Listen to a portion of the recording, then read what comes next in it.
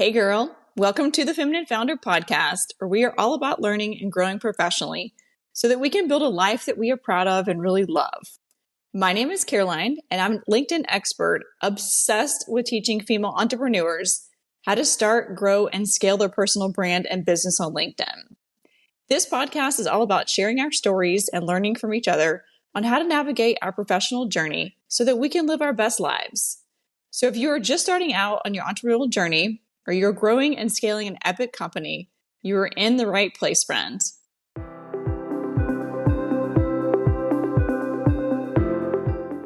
Today, I have my good friend and fellow podcaster, Brittany Burnham, with me. Brittany is the CEO and founder of Hitt with Britt and Power, spelled PWR, which is a large gym and fitness community in the Albany, New York area. She's a host and sells out live events, and she also is the host of the Momboss Maximizer podcast. So welcome, Brittany. Hi, Caroline. Thanks for having me. I appreciate you. So just a little backstory for those of you listening out there. Brittany and I are in the podcast Mastermind together, hosted by Keisha Get Mary. And we met for the first time in Denver at our live retreat. It was an instant love at first sight, right when you text me. Fellow generators right there. Yes. And generator and Enneagrams 3 and 8, they just know each other on a achievement level, right? It's a do level. Yeah, we get each other. We don't have to. There's like an unspoken rule. Yes. So tell me about where you are right now and how did you get there? Oh, Alex Street, thank you for helping us share our story, right? Just a little shout out to him. He's one of our experts that came to Denver. So, wow. It was 10 years ago I started my entrepreneurship journey. I was a single parent. I was living with my mom. I was in a very abusive relationship. So I had a stronger, much deeper purpose with my baby. Moved with my mom, lived on food stamps. Very humbling because I was an educator. I was running an all girls high school as an athletic director. So and I say that humbling experience, I left and thought I would want to transition. And I'm all about trying new things, experimenting, trial and error. And I went back to college after grad school and everything else because I was going for sports administration. And then I went back to school, to college when I was with my mom, had a newborn, and I was going for ultrasound because I thought it was so cool. I had a baby in my stomach and let's just try it, right? So it wasn't for me. Started working out and working on my health. And that was the catalyst to my growth when I knew I had to work from the inside out, my mindset, just everything from my mind, body, and soul.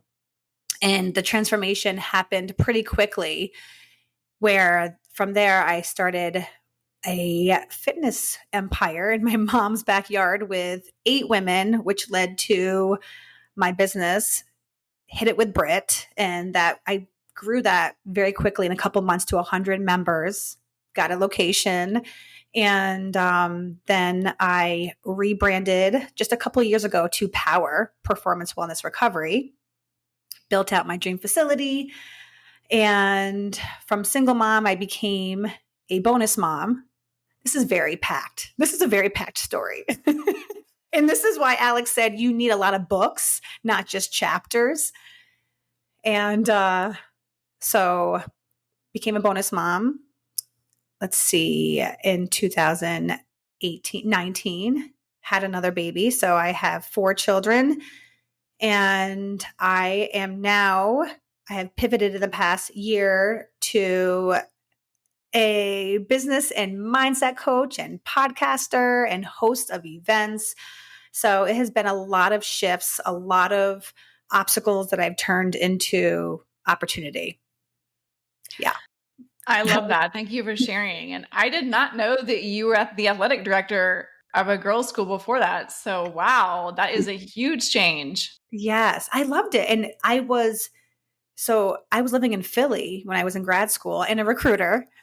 And that's when she contacted me and said, I want you to open this school. It wasn't even built yet. I was one of the founding members, and it was kind of like running a business. I got to do whatever I wanted as the athletic director. It was so cool. So everything I learned was transitional. All the skills from that time when I was 26, 27, and felt like I was an entrepreneur at that time. Yeah.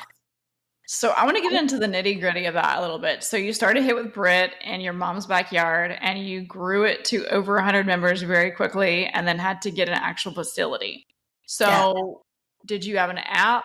Did you have a Facebook group? I mean, how do you even start something like that? Yeah, and this was 2015.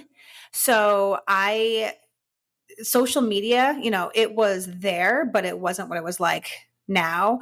I was just Googling and researching. I didn't have any mentors. I didn't have the funds to invest in any coaches. So I did read something to find cheer facilities to rent out. So I reached out to a local cheer facility. I rented out for a whopping beautiful $400 a month. And they don't have classes until the evening. So I got to use it at 5 a.m., at 6 a.m., at 9:30.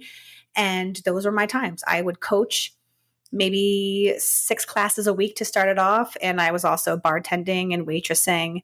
So, and then I was also, at that time too, I was also working in the hospital because I wasn't sure if I was going to be an ultrasound tech. So I didn't know what to do. I did find MindBody. The MindBody is an app. It's a CRM for health and fitness facilities.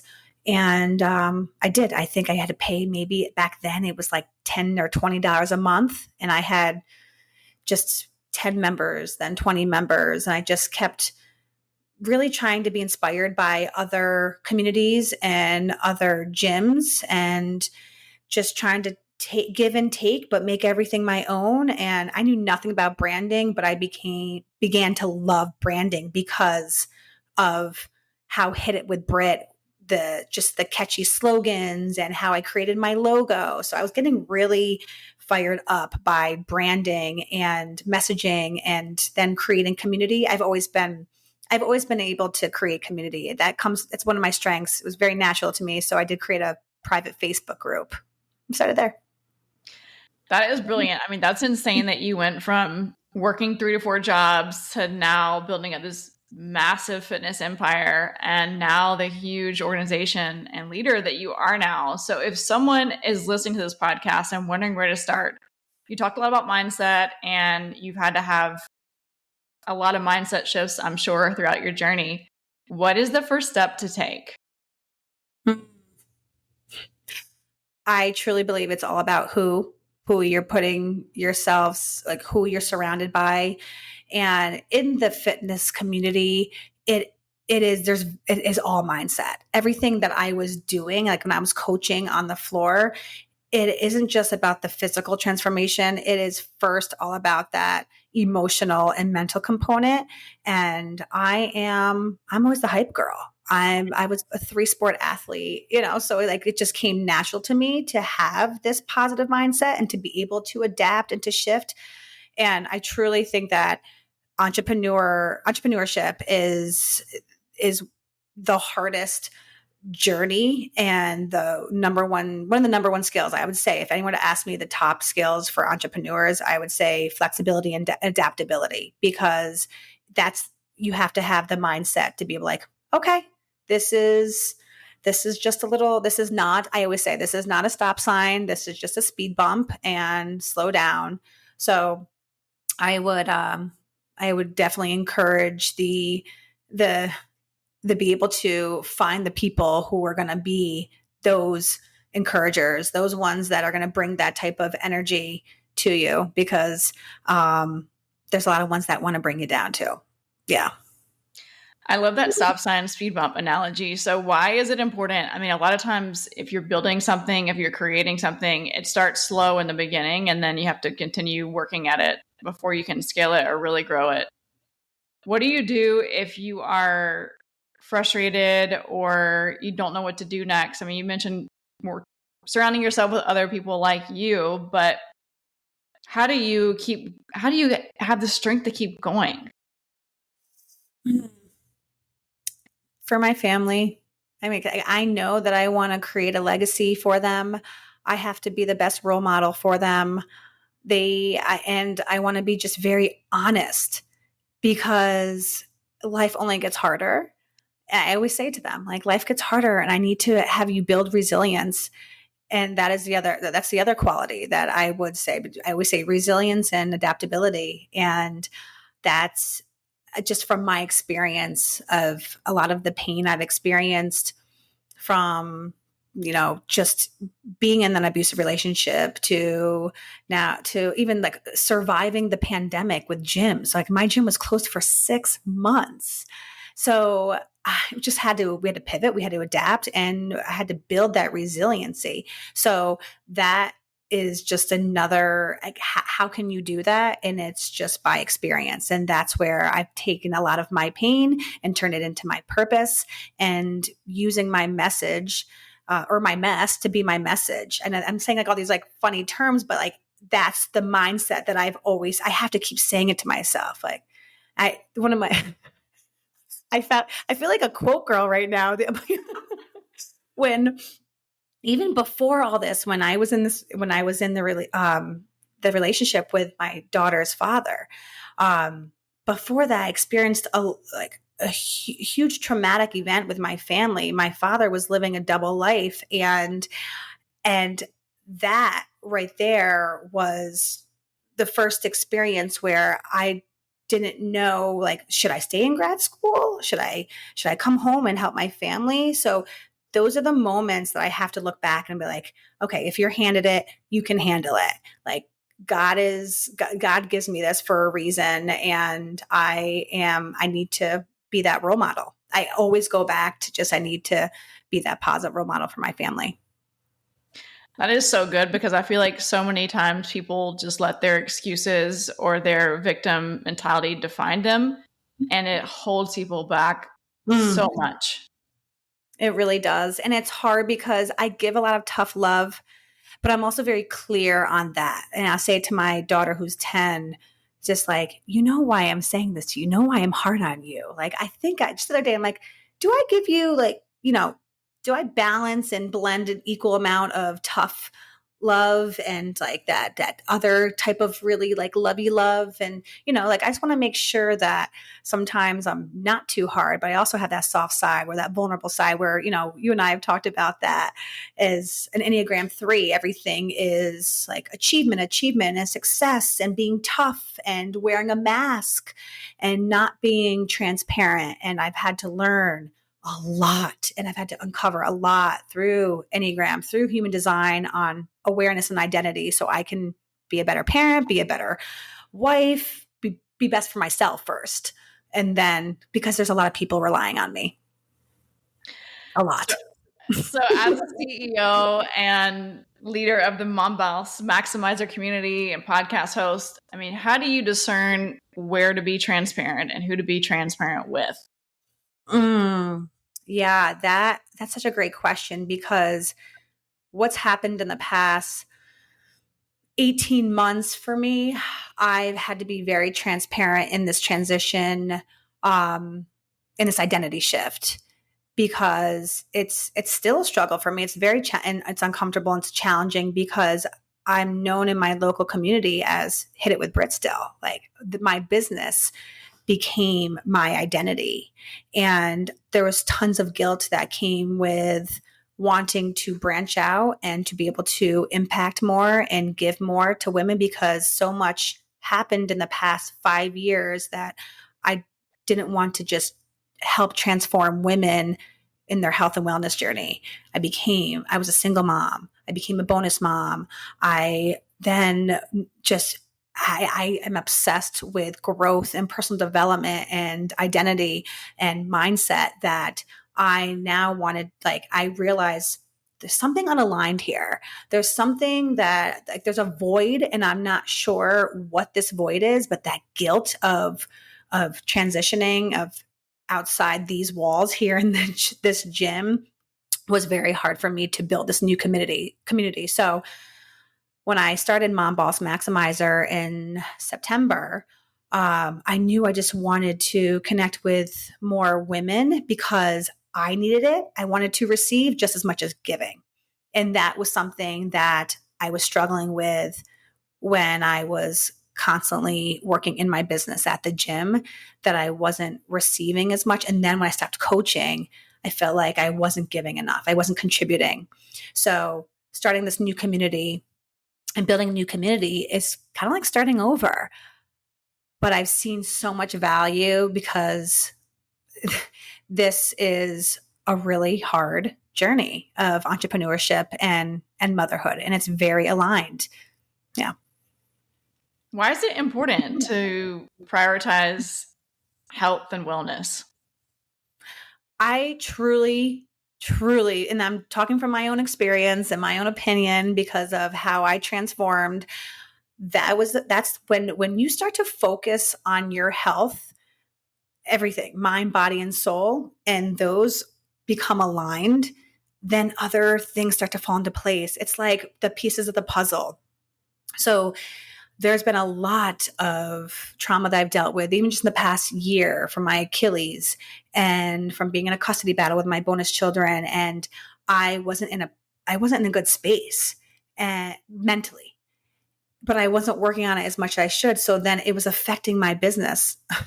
It was affecting my business and my performance and my output in many other ways. So that's why I know that, like, even just in this current season of taking a pause and focusing on doing less, but giving more, I have to make sure I'm good first. And when I know that health is number one, like, we have one body, we are the CEO of our life, of our brains, of our health. What we put in is what we're going to put out. Clearly, that's it.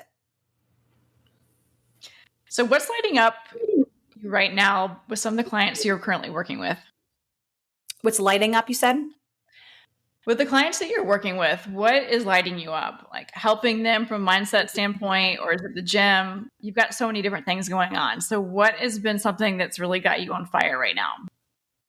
The Momboss Maximizer, 110%. I've stepped back. Like, even though I'm in the gym, I am very fortunate that I have an incredible team who runs all the operations in and out. I really just come here to do the finances, the budgeting, and to work out.